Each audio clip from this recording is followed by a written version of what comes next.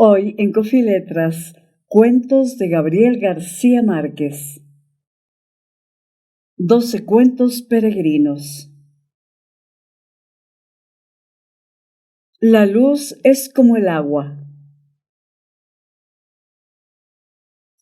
En Navidad los niños volvieron a pedir un bote de remos. De acuerdo, dijo el papá. Lo compraremos cuando volvamos a Cartagena. Totó, de 9 años, y Joel, de 7, estaban más decididos de lo que sus padres creían. ¡No!, dijeron a coro. Nos hace falta ahora y aquí. Para empezar, dijo la madre, aquí no hay más aguas navegables que la que sale de la ducha. Tanto ella como el esposo tenían razón. En la casa de Cartagena de Indias había un patio con un muelle sobre la bahía y un refugio para 2 yates grandes. En cambio, aquí en Madrid, vivían apretados en el piso quinto del número 47 del Paseo de la Castellana. Pero al final ni él ni ella pudieron negarse, porque les habían prometido un bote de remos con su sextante y su brújula si se ganaban el laurel del 3er año de primaria, y se lo habían ganado. Así que el papá compró todo sin decirle nada a su esposa, que era la más reacia a pagar deudas de juego. Era un precioso bote de aluminio con un hilo dorado en la línea de flotación. El bote está en el garaje, reveló el papá en el almuerzo. El problema es que no hay cómo subirlo ni por el ascensor ni por la escalera, y en el garaje no hay más espacio disponible. Sin embargo, la tarde del sábado siguiente, los niños invitaron a sus condiscípulos para subir el bote por las escaleras, y lograron llevarlo hasta el cuarto de servicio. «¡Felicitaciones!», les dijo el papá. «¿Ahora qué?». «Ahora nada», dijeron los niños. «Lo único que queríamos era tener el bote en el cuarto, y ya está». La noche del miércoles, como todos los miércoles, los padres se fueron al cine. Los niños, dueños y señores de la casa, cerraron puertas y ventanas y rompieron la bombilla encendida de una lámpara de la sala. Un chorro de luz dorada y fresca como el agua empezó a salir de la bombilla rota y lo dejaron correr hasta que el nivel llegó a 4 palmos. Entonces cortaron la corriente, sacaron el bote y navegaron a placer por entre las islas de la casa. Esta aventura fabulosa fue el resultado de una ligereza mía cuando participaba en un seminario sobre la poesía de los utensilios domésticos. Totó me preguntó cómo era que la luz se encendía con solo apretar un botón, y yo no tuve el valor de pensarlo 2 veces. «La luz es como el agua», le contesté. «Uno abre el grifo y sale». De modo que siguieron navegando los miércoles en la noche, aprendiendo el manejo del sextante y la brújula, hasta que los padres regresaban del cine y los encontraban dormidos como ángeles de tierra firme. Meses después, ansiosos de ir más lejos, pidieron un equipo de pesca submarina. Con todo, máscaras, aletas, tanques y escopetas de aire comprimido. «Está mal que tengan en el cuarto de servicio un bote de remos que no les sirve para nada», dijo el padre, «pero está peor que quieran tener además equipos de buceo». «¿Y si nos ganamos la gardenia de oro del primer trimestre?», dijo Joel. «No», dijo la madre asustada, «ya no más». El padre le reprochó su intransigencia.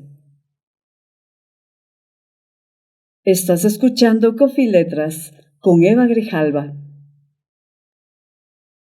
Es que estos niños no se ganan ni un clavo por cumplir con su deber, dijo ella, pero por un capricho son capaces de ganarse hasta la silla del maestro. Los padres no dijeron al fin ni que sí ni que no. Pero Totó y Joel, que habían sido los últimos en los 2 años anteriores, se ganaron en julio las 2 gardenias de oro y el reconocimiento público del rector. Esa misma tarde, sin que hubieran vuelto a pedirlos, encontraron en el dormitorio los equipos de buzos en su empaque original.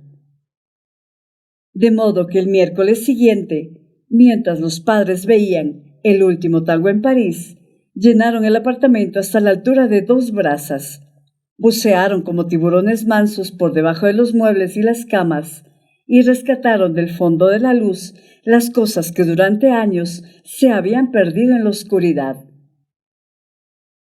En la premiación final, los hermanos fueron aclamados como ejemplo para la escuela y les dieron diplomas de excelencia.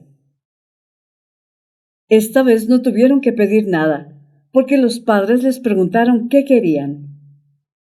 Ellos fueron tan razonables que solo quisieron una fiesta en casa para agasajar a los compañeros de curso.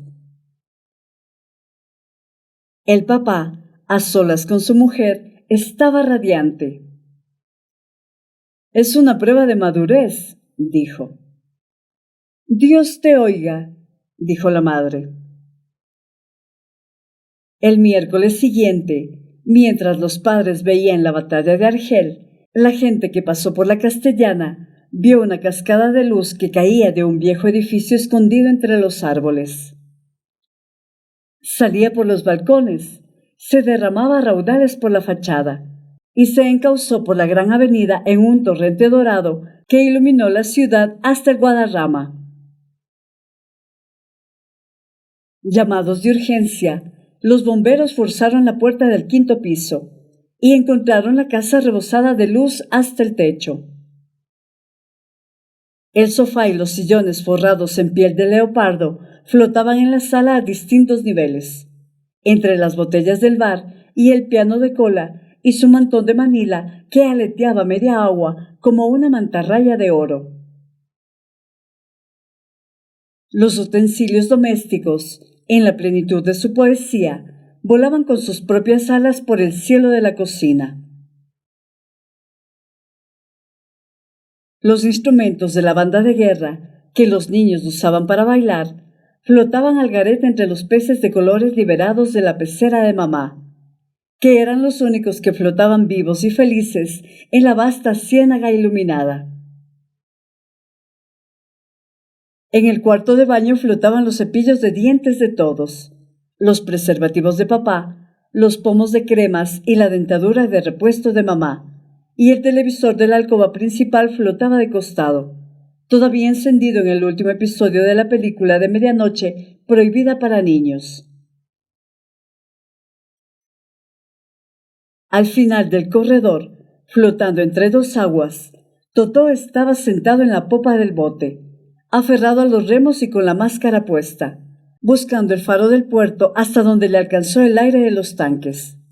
Y Joel flotaba en la proa, buscando todavía la altura de la estrella polar con el sextante. Y flotaban por toda la casa sus 37 compañeros de clase, eternizados en el instante de hacer pipí en la maceta de geranios, de cantar el himno de la escuela con la letra cambiada por versos de burla contra el rector, de beberse a escondidas un vaso de brandy de la botella de papá.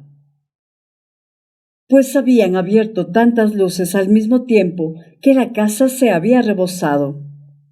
Y todo el 4.º año elemental de la escuela de San Julián el Hospitalario se había ahogado en el piso 5.º del número 47 del Paseo de la Castellana. En Madrid, España, una ciudad remota de veranos ardientes y vientos helados, sin mar ni río, y cuyos aborígenes de tierra firme nunca fueron maestros en la ciencia de navegar en la luz. Coffee Letras, literatura con voz de mujer.